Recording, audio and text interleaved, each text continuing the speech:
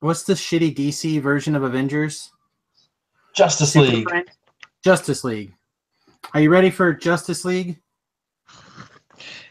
You know, I was actually thinking about that, and it kind of made me like, I don't know. I kind of want to see it, but at the same time, uh, DC's really been crapping on everything that they make. So DC in my heart, wherever that is, makes animated movies, but they have not, with the exception of Wonder Woman, they have not made a good live action superhero movie since the first three quarters of Batman 2.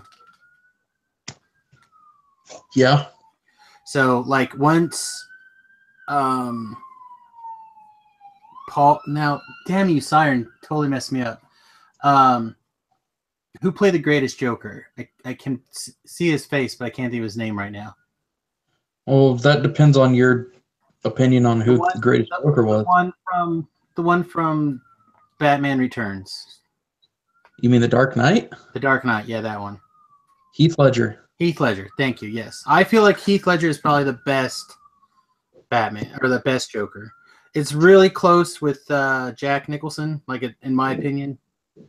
I feel like he nailed it.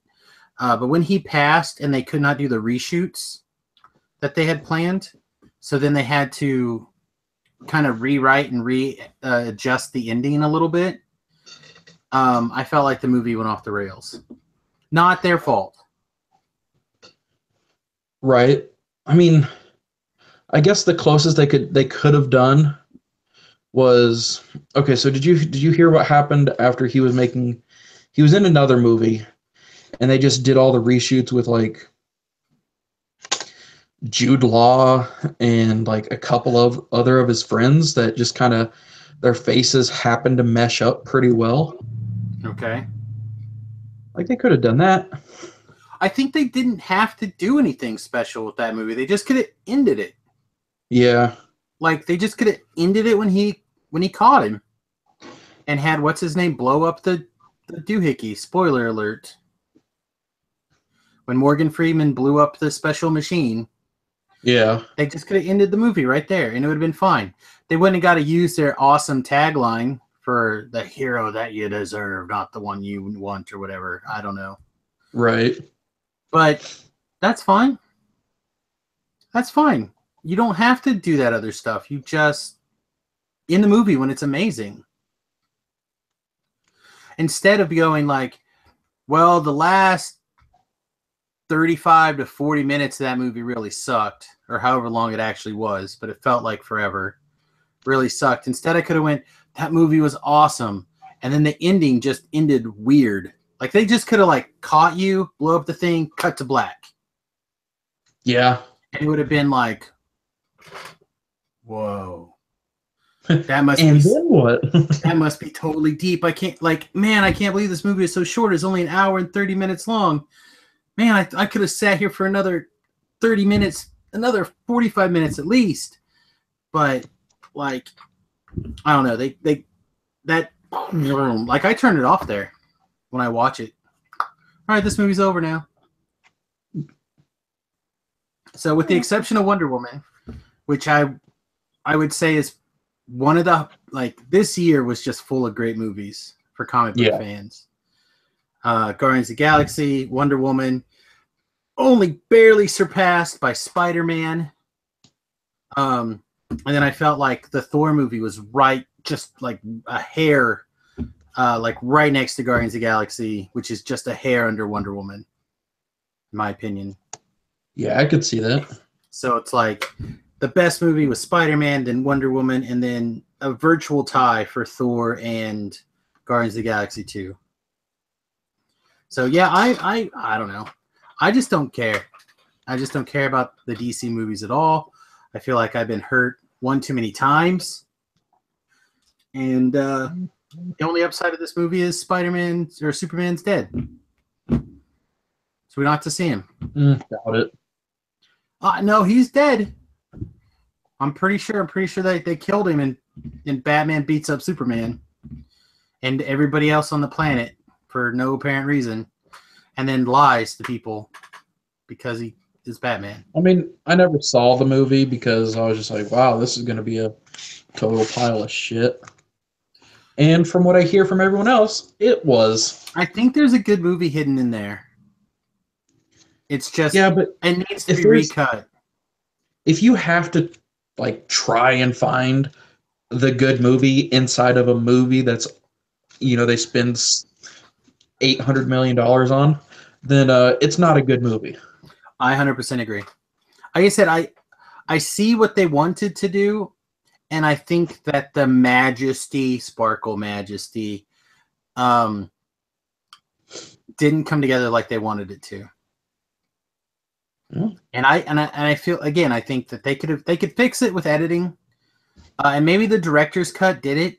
But all I heard about the director's cut, it was 15 minutes longer. Oh, I'm pretty sure longer is not what that movie needed. Oh, I mean, I watched The Suicide Squad, which was a fun but not good movie, and it took me 4 tries to finish it. Because I kept falling asleep because of how boring that movie is. So you would not have made it through Batman vs. Superman. Oh, is it worse? Oh, it's so bad.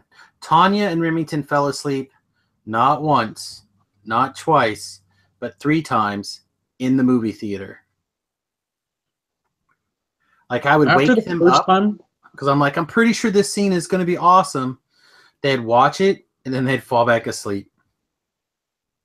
Honestly, after the first time of falling asleep in a theater, I would have gone and got my money back. Yeah. Well, I mean, I was watching it.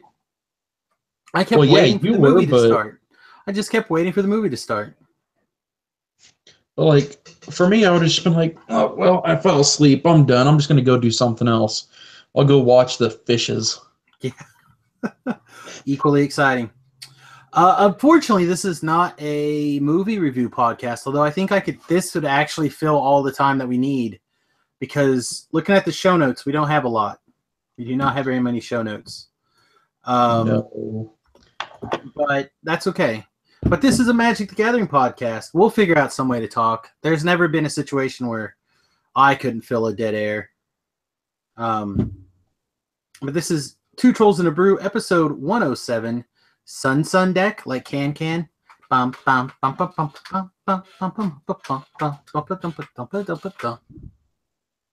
No, more like the enemy of Moon, the husky dog. Subtitle, I wanted to say probably a short show, but my inability to spell, literally, instead it's like probably a shot rot. Yeah, dude, that's close enough.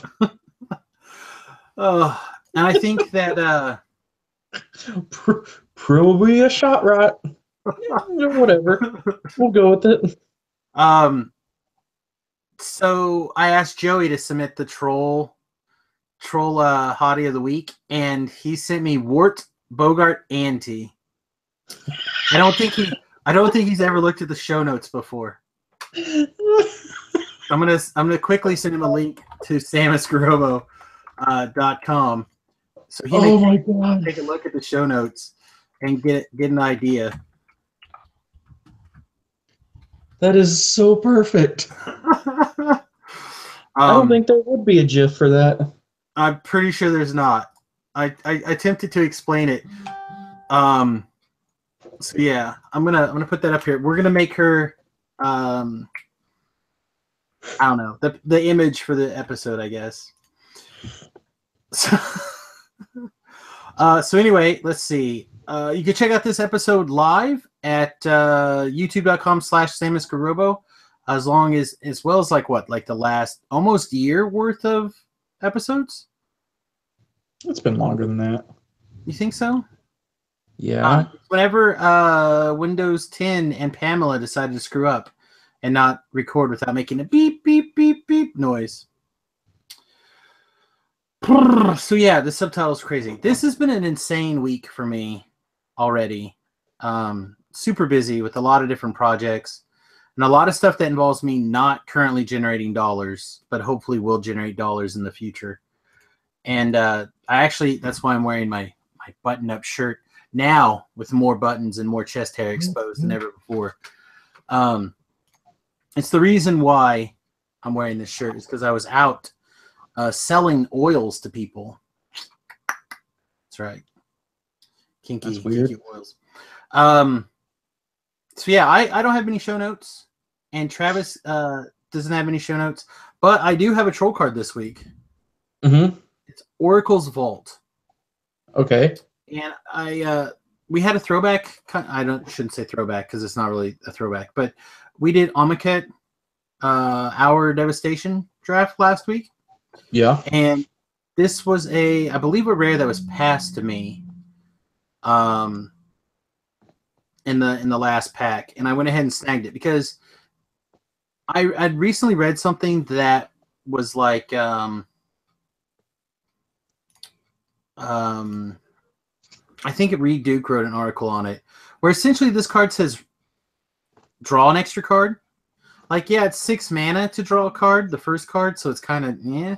But if you're in the slow, grindy situation, like, that's fine. And then eventually, like, after you invest 10 mana in it over 4 turns, it's just pay a card, get an extra card for free. So I feel like this card's not bad, is what I'm saying. What's the actual text say on it? Okay, Oracle's Vault. 2, tap. Exile the top card of your library. Until end of turn, you may play that card. Put a brick counter on Oracle's Vault. Tap. Exile the top card of your library until end of turn. You may play that card without paying its mana cost. Activate this ability only if there are 3 or more brick counters on Oracle's Vault. Okay, see, that makes way more sense than the draw an extra card for 10 mana.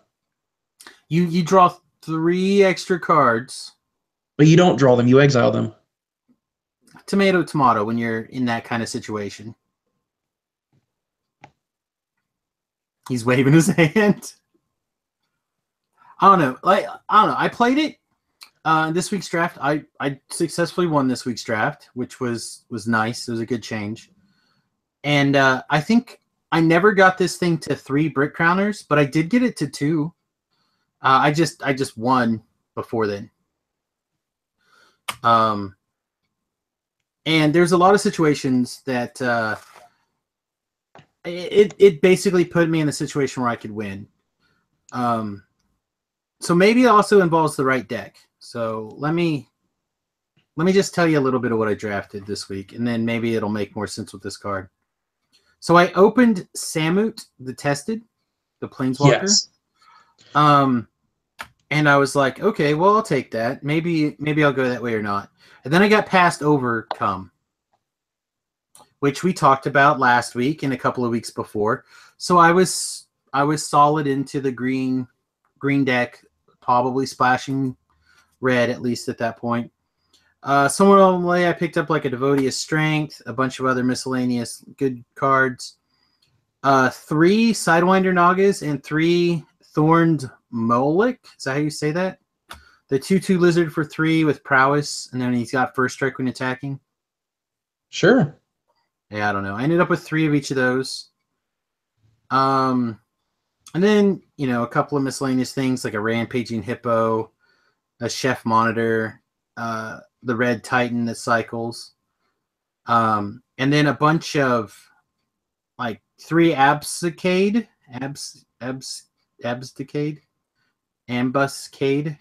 Oh yeah, the green spell. But yeah, I had like 3 of those, a Cartouche of Strength, an Electrify, and 2 Puncturing Blows. So I was like a couple of 3-drops, a couple of 4-drop removal spells, and then like some fatties. Right? And then of course, obviously the overcome to like break the game open and just win the game. So I felt like I needed some source of card advantage. And I decided to go with Oracle's Vault. And it felt good. Every time I played it, It did work. But a couple of people looked through my deck and they're like, "Oh, you didn't have another card to play." Like, what are you talking about? I had oracles. Like, they're like, "Yeah, you just didn't have like a random, like 1 drop or 2 drop. You didn't have anything better to put in that slot." I'm like, "Screw you guys. This card is good." Did you win? I did. I won the tournament. Oh, well, see, there you go. Yeah, I don't know. But it could have also been on the power of the other cards. Because people refuse to attack Samet, which is my other point that I wanted to discuss today. This is a good Planeswalker. All right, so here's the thing. On Thursday, I decided to, screw around because we had a standard tournament. And I just built, the singleton deck that I was talking about, right? Right from last week. So I played that, and I have Samet in there. And people just ignored her. Yeah, because she's bad. Yeah, and then one of the games I ulted her, and I went and got Nicobolus and Vraska. And then my opponent just looked, and he read Samet, and he's just like, wow, this card isn't bad. Yeah. I never got her to ult. There was a lot of time, like her +1 ability, just like won the game. Yeah. Cartouche gives trample. A couple of the other creatures already have trample. And then I had the Devotee of Strength. Right? So I played a Devotee of Strength, like a random 2-drop, like I had a couple of 2-drops. The Devotee of Strength, a Samut, and then on 5, play my 5th land and plus on a trample creature and attack, and they couldn't do anything. Right. Well, even Samet has her neg ability deals damage. Right. Well, I was just going to get to that. Like, so the +1 ability on Samet Detested gives 1 creature double strike until end of turn, which doesn't sound that great. But again, in this format, there's so many creatures with trample. Like so many good evasion creatures that you could be playing. Like, that's a worthwhile ability in this format. So many ways to like temporarily bump. If you just had an Absicate or whatever that card is, and you attack and then give it double strike, like that's good enough. Like that can get a lot of stuff done. The -2 is a Forked Bolt. Yeah. Does 2 damage divided however you choose. I killed a person with this. They didn't realize it. They went to 2. And then I go minus Samet and kill you?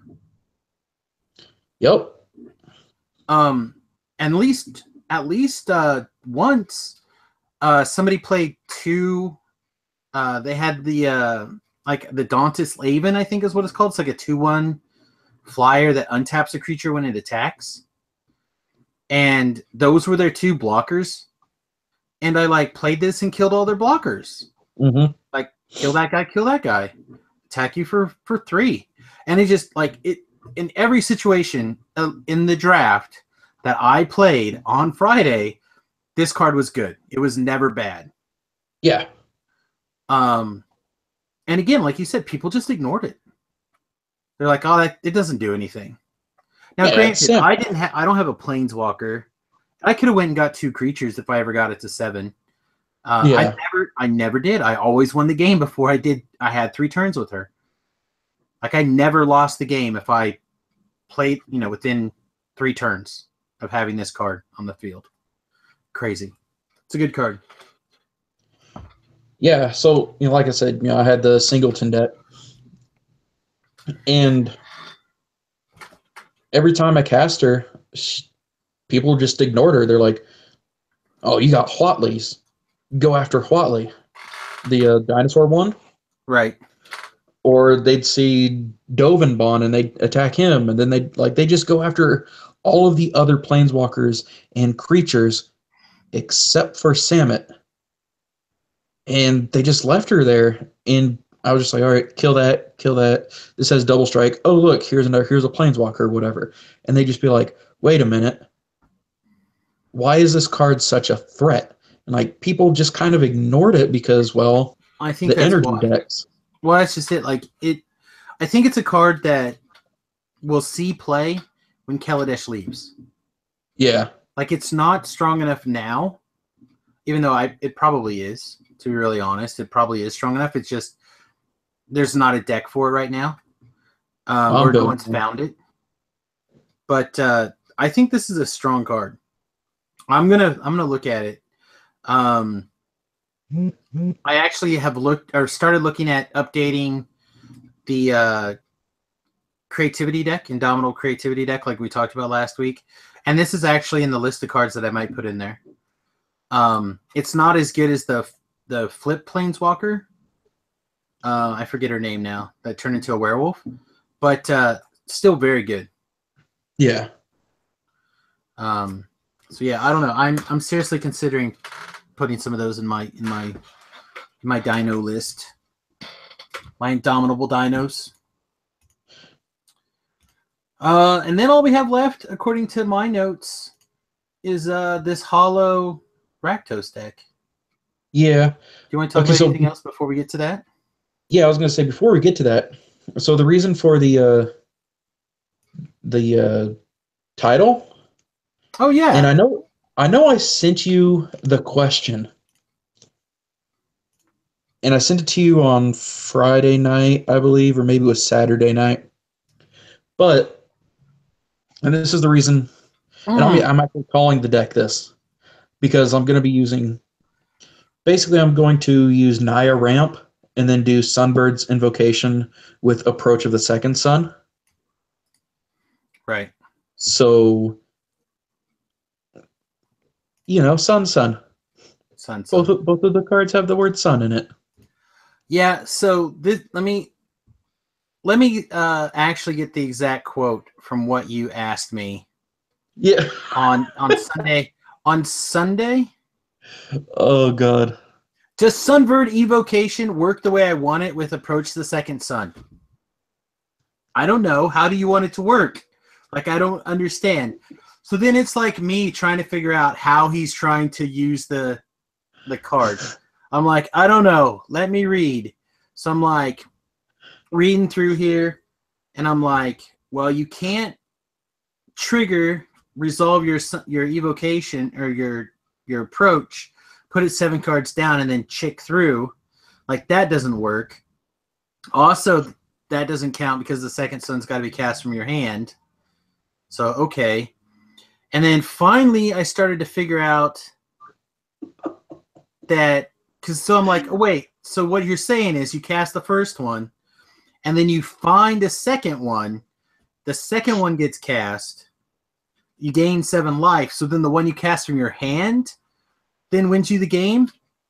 And I'm like, is this what you're trying to say? And you're like, yes, that's what I'm asking. I'm like, okay, now I know what you're asking.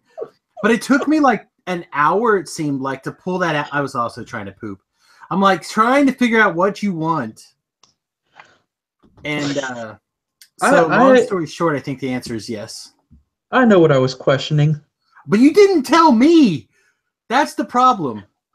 Well, how else would I want it to work? I thought maybe you wanted to cast the first one, hit the second one, and then win the game. Like, I cast the first one. Like, the first one was cast. You put it on the stack. But then I thought maybe, like, well, I hit the second one. Do I win the game? Like, no, that doesn't work. But I'm like, no, that can't be what he's asking because he should know the answer to that. I don't know. Throw my hands up in the air. Yeah. The important thing is we probably figured it out. I think so. I think we did figure it out. So basically the answer is, in my mind, if I understand everything correctly, Travis has a Fire Sunbird's Evocation, whatever it is, on the field. Yes. From his hand, cast Second Sun. Yes. Put the Sunfire trigger on the stack. Yes. Flip over the top card, essentially. And the top 7. Is it 7? I thought you get to pick. I thought you wait until you hit, right? No, you reveal the card's converted mana cost worth. Oh, okay. And then you cast anything that costs So X or less. you flick over a bunch of cards, you find your second son, you cast it. Yes. You find if that card resolves. If it does, then does your first copy, when it resolves, does it say, I cast it from my hand, and this is now the second or more second son to result or to be cast? Do I win the game? And the answer is, I believe, yes. Yeah. But it could be weird because of timestamps. It really comes down to, you probably have to ask a higher level judge than me. Right. But I would rule yes. Even though chronologically, no. But in the resolve, yes. Yeah. So when it goes to resolve, it would look to see if another one had already been cast. The answer would be yes. Even though technically it was put on the stack first. Yeah, see, that's all I wanted to know. Yeah, which is totally not intuitive in your question of, does it work the way I want it to work? I knew what I meant. The title for this week's show. Does it work the way I want it to work?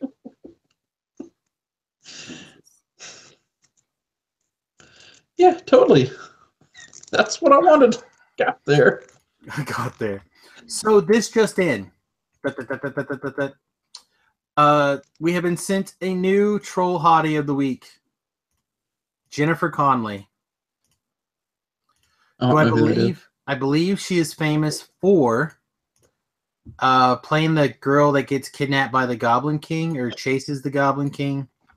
Oh, that's a shitty movie. Don't let any ladies hear that. No, I don't care what they think. I know. Most of them have shitty opinions about movies anyways, so it's irrelevant to me. Not into ladies. I heard that about you. I'm not into anyone, but... You're into anyone? I said I'm not into anyone. Well, I'm sorry. Hopefully someday you find a nice... Yes, she is the girl from Labyrinth. So Joseph specifically says, can't be girls that hang out with imaginary Goblin Kings. Which is funny because not only did he send me Wart's Bogart Ante, but also he owns a card shop called Goblin Games. I think he's a little too much on theme. I think you're too much on theme, Joey. Always be selling this one. Okay. So he sends you Wart. Yes. And then you say they can't be hanging out with imaginary Goblin Kings. So he sends you Jennifer Connelly, who was kidnapped by the Goblin King. No, that's his response. He responded. Oh. That you got to pick the girl that's been hanging out with the Goblin Kings. Okay. Then that makes sense. Can't beat the girls that hang out with imaginary Goblin Kings. So I'm going to even grab that quote and I'm going to stick it in the show notes somewhere just for you, Joey.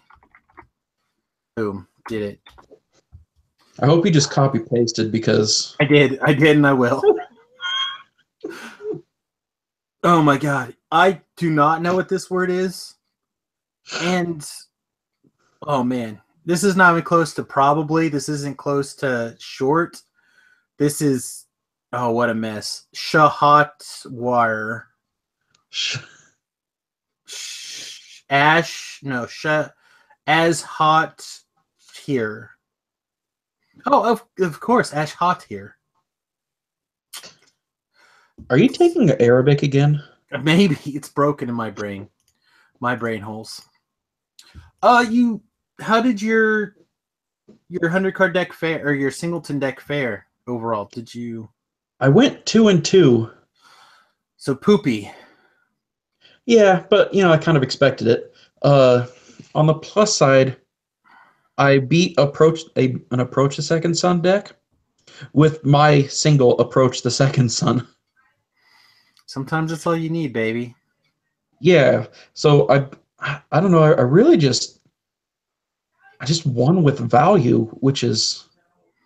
Well, that's what your deck just was. Like every single card in your deck was value card. Yeah, like even the commons were value. Because like they just generated treasures, right? Which fixed my mana base and ramped me. So I was like, it was easier for me to get bigger things in place. So I was just kind of like, I'm gonna do this, and then I do this. I'm like, oh well, I don't have any mana issues. This is fun. Yeah, I like the idea. Uh-huh. And like I said, I'm trying to figure out how to do the Indomitable creativity deck. Um, it may not exist again until next set. It really does need like a green card or a red card to make treasures that's not creature based. But I think all of those are red. Or sorry, all of those are blue. Also, I think you might just have to go red white. That's what I was thinking. Because they need Or cast vampires. Drake Haven. That seems equally complicated. Oh, okay. Then yeah, just go red white so that way, or Mardu, so you can you can just make a bunch of zombies and vampires and turn them into bigger things. Yeah. Well, yeah, that's kind of where I was thinking, but I'm unsure. Because like I could also run the Captain Lannery. Like she seems okay in that deck. Yeah. So if you end up sacrificing her and you hit 2 of her, you're screwed. But otherwise, you're okay. So I don't know. But yeah, it's that or just I'm trying to figure out a way to do more deserts and to see if I can't figure out a way to use like what's the 4 mana spell that goes and gets 2 lands? Hour of Promise? Yeah, 5 mana. 5 mana. I said 4, right? Yeah. Yeah. Hour of Promise, and then like that makes 2 zombies. I just got to figure out a way to make a few more things. Right. So I don't know. I need to look at it. Anointed Procession on turn 4, Hour of Promise on turn 5, and then just, make 4 zombies, and hopefully turn 6 you can create them something more. Yeah, the problem is that I want to get the. Yeah, I know. I want to be able to win on turn 6. And again, I don't know if it's possible. Like losing the 2 mana ramp spells, I think is what is going to kill that deck. It's not the tokens; it's the losing the turn 2 accelerate. But that's what Wizard wants. They don't want any fun for us. All right. Well, shall we look at this Hollow Rakdos deck of yours? Like it looks sweet. Sure. Let me see if I can't get it pulled up on the screen here without it screwing all the hell. Doesn't look like it wants to work that way. Let's just do it like this, dude. Booyah! All right, Travis, your masterpiece is up. Yeah. I realize you're on your phone, so I'll mouse over 3 Flameblade Adepts. Yeah, so before we get started, this deck revolves around Hollow One, and really being hellbent.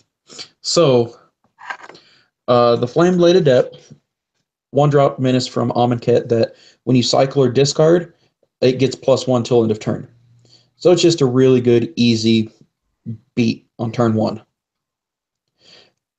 Insolent Neonates, same thing. Filters the discard and draw, plus it has menace. So, and it's, avoids removal. The Vexing Devil, it's a 4-drop 4/3 that works with Claim to Fame. 1 drop. Yeah, it does 4 damage. 1-drop 4/3. So that's really the only reason it's there is because it's early burn. Same with Eidolon. It's like, all right, we're going to be forcing each other to get hit. Yeah, I really like the Eidolon in here. I think my gut says you want some more. Yeah. But I would have to play it to know for sure. So this Flame Lake Phoenix. Ooh, so spicy. I really like it actually a lot. Yeah. So, this one, just throw it away. It's fine. Discard it. or swing it into something. You know, it's irrelevant because you have or You have eight. so many ways to bring it back. Yeah, there's like 12 creatures that have a base power of 4. And then the Flame Blade Adept can also get up to 4 power. Pretty easily, actually. Yeah. So it's like the card is really solid in this deck, especially if you just throw it away. If all else, you have a 3-drop on turn 3 that's Or attacking. two. Huh? Or 2. Yeah, or 2. Because of the next card. Yeah, the Simian Spirit Guide, it's obviously just to get there faster. I don't necessarily think I need it, but it helps when I want that hollow one on turn 1. Right. Yeah, see, I think you do need it. I think there's going to be a lot of times where you're going to need to do something like really crazy. Where you're like, play a claim to fame on your Flame Blade Adept, give it haste. Does that make it 4? No, it does not, right? No, No, that just makes it 3. No, that'd make it 4. Because 1, it would 2, 3. come into play as a 1. You would cast Fame, which would give it... Oh, it doesn't have a... it's Menace, not... Yeah, it has Menace, not Prowess. Oh, yeah, maybe not then. Okay, so that just make it 3. And then you can Simian Spirit Guide to get a Flame Wake's Phoenix, but that doesn't work. Darn it. I was thinking it was Prowess also, but it's the Discarder cycle. Right. Anyway, I don't know. I still think you need it, though. I think it enables some interesting plays. Right. Well, that doesn't count as discarding. When I was playing it, it did. Every time I exiled it, it worked. So it's not that it's bad. It's just, I don't know. You need to play it at the right time. Yeah. Demigod of Revenge. Obviously, I'm throwing things away. It has Flying Haste. Late game, if you cast one from your hand, you just put every other copy back into play from your graveyard and swing with them. Yeah, it can be real brutal. Yeah, so it's a late game, just win. And then finally, the Hollow One, which this is a cycling / discard deck. So the earliest I've gotten Hollow One out was I got 2 of them out on turn 1. Just because I played Faithless Looting, discarded lands, then exiled Simian Spirit Guide, played a second Faithless Looting. So I had 2 Hollow Ones, so I played them out on turn 1 for 0 mana. So it's 8 power turn 1. Yeah, that's I've seen a couple of different people play something similar. Jackie's cousin has built one that's along these lines, but I don't think as good as this. But that's one of the things that he does. Yeah. Faithless Looting into the Hollow One. But yeah, I like that. Then you have, like you said, the 4 Faithless Lootings. Yep. 4 Faithless Lootings, 3 Collective Brutality, because, I mean, that one also is discard, plus it makes them discard, kill something, and does a life swing. Yeah, for 2 mana and 2 discards. You can get all the effects. Yeah, so I'm turn 3, I can play that for 3 cards and then pay 1 to play Hollow One. Right. So yeah, I think that's pretty exciting. And then the Claim to Fame, which I also find very spicy. Yeah, so the Claim to Fame will actually get 13 of my creatures back from the graveyard. Yeah. Well, I really like if you ever Vexing Devil. Oh yeah. That's what it's great. There for. Yeah. But also, like you said, if you Flameblade Adept, it seems okay. The Insolent Neonate seems okay. All these cards seem fine. So, and then you have 20 lands, 4 Blood Crypts, Bloodstained Mires, Canyons, Slough, Mountains, and Swamps. So the card that I would actually suggest changing, and I don't know if this will work or not, is that Time Shifted land, where if you have an open in your hand, you can discard I think it has to be a land, maybe, or maybe you can just discard anything or Uh-huh. exile, and then you can put it into play. Is that the Gemstone Cavern? Yeah. Yeah, that's expensive. Are they? Pretty sure they Sweet. are. Sweet, I got a Go look at them. bunch. Go look at them. Yeah, you're at Goldfish right now. Go look. Oh. Yeah, but can I spell Gemstone Cavern? That's the real question. GEM. Hang on. Off my nuts. Let's see. They are $9.07 in paper. Oh. Oh, they're a lot cheaper than I thought they were. Yeah, they're for a time spiral card. They were up a little higher.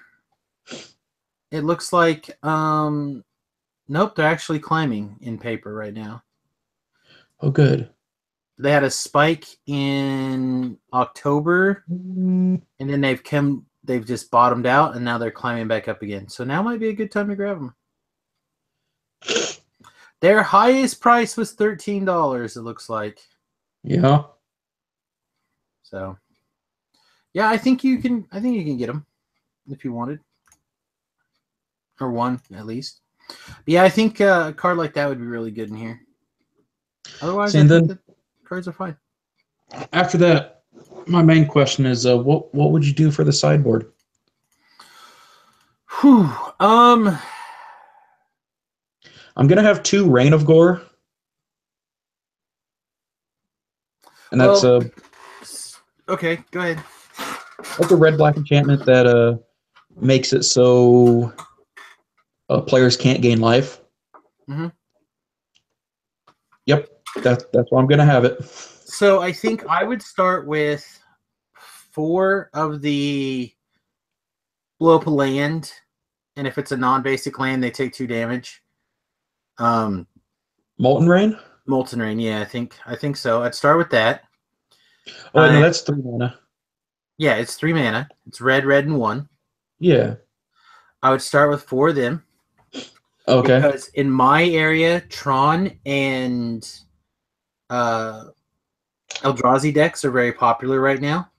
Yeah. And I imagine that's probably pretty standard Yep. across local shops everywhere. They may not do the best in big tournaments, but they're the bane of every Friday Night Magic. So let's start with those. at that point, why not Crumble to Dust? You could probably run 1 Crumble to Dust, but Like it doesn't burn them, but it shuts them out of Tron for the rest of the game.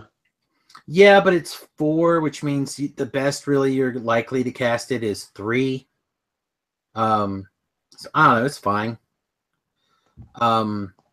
I would probably also take out one of these Canyon Sloths, or how do you say it, for the red-white dual land. Inspiring Vantage? Well, I was thinking the shock land. Oh, okay. Sacred Foundry. Sacred Foundry, and then I would run either some combination of like 4 mana Ajane, 4 mana Nahiri, the red white Nahiri. Like I like having that option to be able to go big. Tibble. I mean, if you want, you can draw and discard, man. The disadvantage is you don't have a way to get, like, maybe I would also change Bloodstained Myers to also be the red white fetch, and like I would take out both Canyon Sloths and take out like 2 mountains and add in the red white dual land and a regular plains. So I have that more likely ability to go get my red or my white mana if I want it. Okay. But then have that, have the ability to go big red on for game 2, just like out of nowhere. Like, what am I on? Am I on this crazy deck or am I on big planeswalkers? Boom. And by big, I mean 4 mana planeswalkers, like this mana denial planeswalker plan. Because I feel like this deck is really good. And even if you just like you don't have anything huge to go get with Nahiri, being able to discard it, like you discard 1 or you discard 2? With Nahiri? Yeah, with her +1/2 ability. You discard 1. So like there's a free discard and draw every turn. Yeah. So like in situations where anytime that they're going to have graveyard hate, like you take out the claims of fame and you take out the collective brutality because like maybe they don't have things that it really gets hit by. So then you pull those cards out. That gives you easily 7 planeswalkers that you can bring in some combination of Mana Denial with the Boris Ajani or Nahiri. I also think I like Flip Chandra in this list, which seems weird, but I think she seems really good. Huh? So I was going to say I can play a ton of red spells with her. Yeah, well, that's just it. Like she feels really good here. And I also think I want more Eidolon of the Great Revels. But I really like this list. I like it a lot. Also, probably a Pithing Needle or two. Oh, yeah. I feel like that's like my catch-all card. So, in my world, I would start with the 4 land destruction spells. Possibly 5 if you want to run 1 copy of the Crumble to Dust, which seems fair. So that gives you 10 cards. In that 10 cards, I think you can put some combination of 7 Planeswalkers. Mm-hmm. And then that gives you 3 more cards for like catch-all things. So like you can run your own, I forget the one, something, Relic of Progenitus, or you can run your own Pithing Needles, or you can run, I don't know, something else. I'm sure there's something else that you could play as a catch-all card to kind of like catch things. Or you just run Lightning Bolts. Like you could also just have 15 burn spells in your deck and just be like, well, I'm going to take out the Demigod of Revenge, the Claim to Fame, and the Hollow ones, and I'm just going to slide in 15 burn spells. Let's go.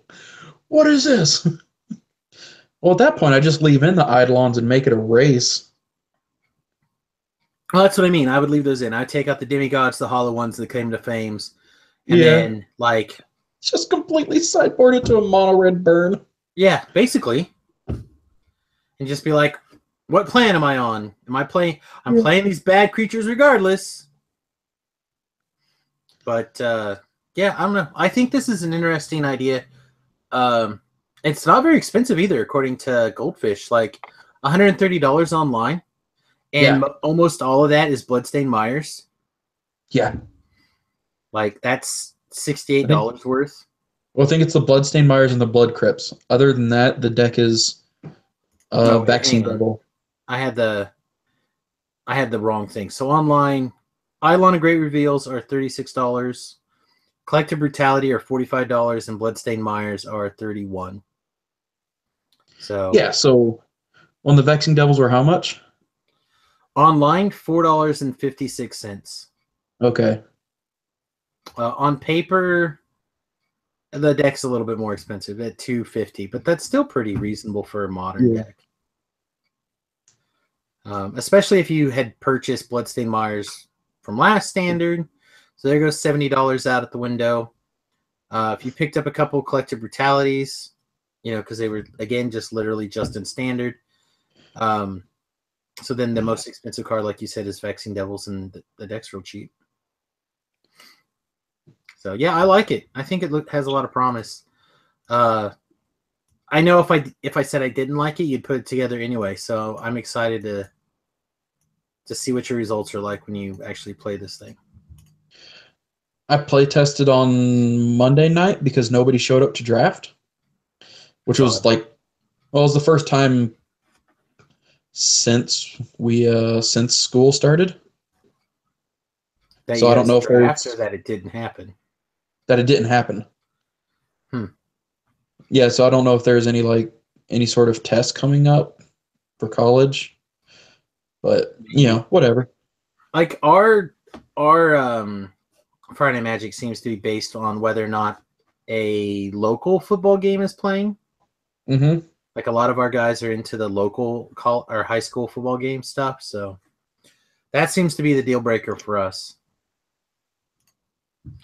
Other than that, my highlight of this week is going to be I get to play another Frontier deck tomorrow. and that'll be a lot of fun. I'm thinking I'm going to go ahead and put together Sahili combo for this Winnabox. Yeah, I was going to say just put together a band list. Basically Yeah. my plan. Like, I've been avoiding not Kiki. I've been avoiding the Sahili combo for a while because I didn't want to drive people away from the format, but it's not going to fire. It'll probably be me and like 3 other people. So, and then everyone's going to complain about how it wasn't publicized. Oh, I'm sure they will. I forgot to put a reminder out on Monday, but I've been talking about it for like, I don't know, all month when I see people. So it'll still be, I didn't know, whatever. Or that's a poop format. That's a poop format.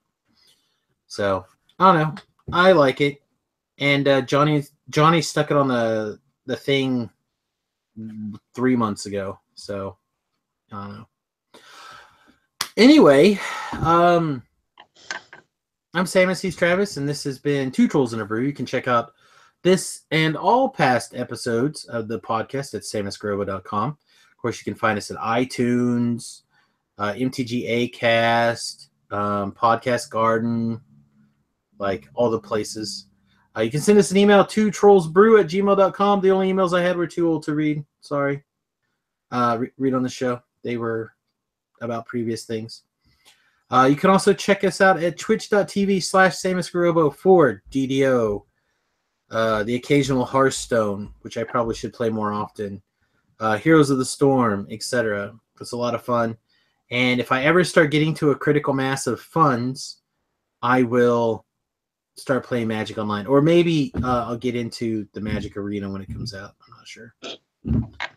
And of course, twitter.com/turtlepower319 is how you reach Travis, aka Dirty Santa. When are you going to change? When are you going to change your title away from Dirty Santa? I'm not Dirty Santa. I'm Mean Santa. Oh, sorry, Mean Santa. Oh, I don't know. Is it going to be whenever I stop being fat, bearded, and angry? Okay, so never. Gotcha. Yeah. Of course, you can also find me at SamusGarobo at twitter.com as well. Please take the opportunity to visit us on the YouTube page. Again, youtube.com/SamusGarobo. These videos for the podcast, sometimes there's a visual element to a podcast that you don't always get, or maybe you use your imagination on.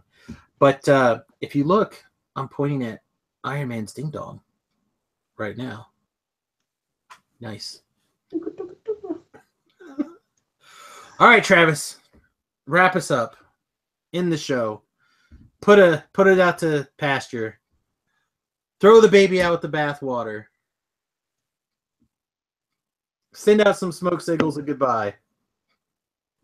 I got a really messed up joke for you. Speaking of babies and throwing. Okay. What's the difference between a baby and a bag of cocaine? You would never throw away a bag of cocaine. Eric Clapton wouldn't let a bag of cocaine fall out a window. Did Eric Clapton let a baby fall out a window? I mean, it was his kid. Well, it seems fine then if it's his kid. Like, isn't that the argument? It's your kid, whatever. Troll on, everyone. Troll on.